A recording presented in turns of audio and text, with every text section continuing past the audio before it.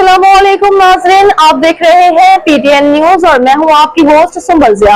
शामिल करते हैं आज की अहम खबरें। फील्ड मार्शल आसिम मुनीर से मिस्री वज़ीर ख़ारजा की मुलाकात, दिफाई ताउन बढ़ाने पर इत्तफ़ाक़। दोनों ममालिक ने दो तरफ़ा दिफाई शराकत दारी को मज़ीद मजबूत बनाने के अज़्म का इजहार किया। Rawalpindi chief of army staff field marshal Syed Asim Munir से मिस्र के वज़ीर ख़ारजा डॉक्टर बदर अब्दुल आती ने जनरल हेडक्वार्टर्स GHQ में मुलाकात की, जिसमें पाकिस्तान और मिस्र के बरादराना ताल्लुकात समेत बाहमी दिलचस्पी के अमूर पर गुफ्तगू की गई। पाक फौज के शोबा ताल्लुकात आमा ISPR के मुताबिक मुलाकात में दिफाई और सलामती के शोबों में ताउन, अस्करी रवाबित, तरबियती इश्तराक और इलाकाई अमन व इस्तेहकाम से मुताल्लिक़ अमूर पर तफसीली तबादला ख़याल किया गया।